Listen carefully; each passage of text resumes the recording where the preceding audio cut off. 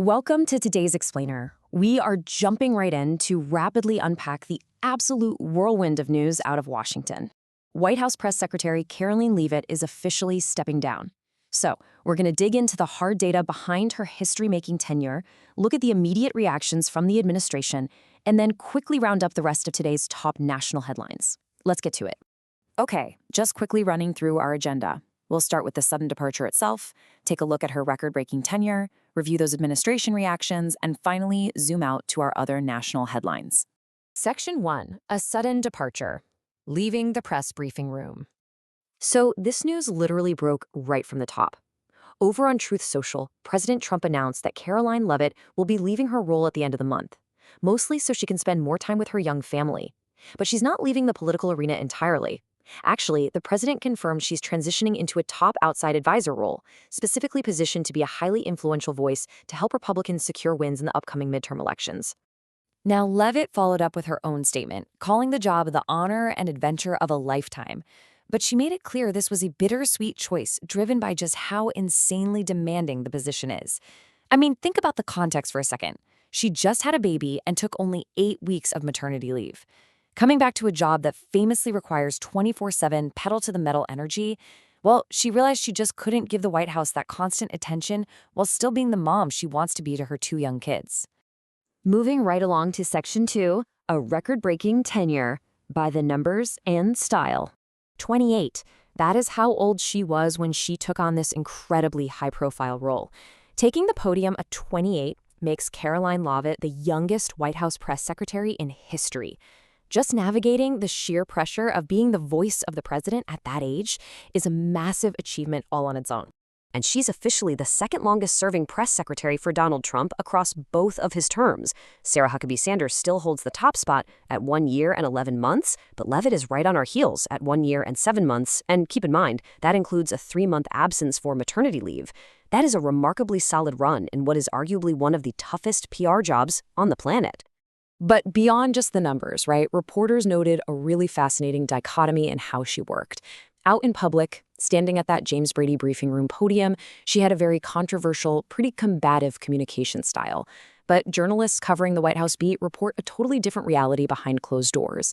Off camera, they say she was personable, super accessible, highly responsive, and totally willing to put in the prep work to help get the press corps the info they needed. She really shook up the dynamics of the press pool, too.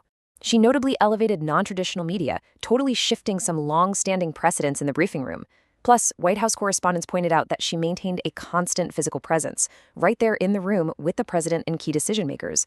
So instead of relying on giant binders or deflecting questions, which, let's be honest, we've seen a lot of in the past, her proximity to leadership let her give immediate, valuable answers on a whole range of topics.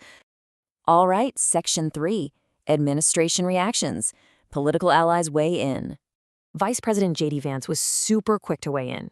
He heavily praised her as being one of the absolute most effective voices in defending the administration's agenda. But crucially, he also highlighted the human element here, acknowledging just how immense and constant the pressure of that specific job is for a young parent. And top advisor Stephen Miller completely echoed that sentiment. He said the word exemplary doesn't even begin to cover her performance. He actually went a step further, framing her tenure as deeply culturally significant and calling her a role model to millions of young women across the country. Okay, let's pivot. Section 4, Other National Headlines, Politics, Economy, and Health.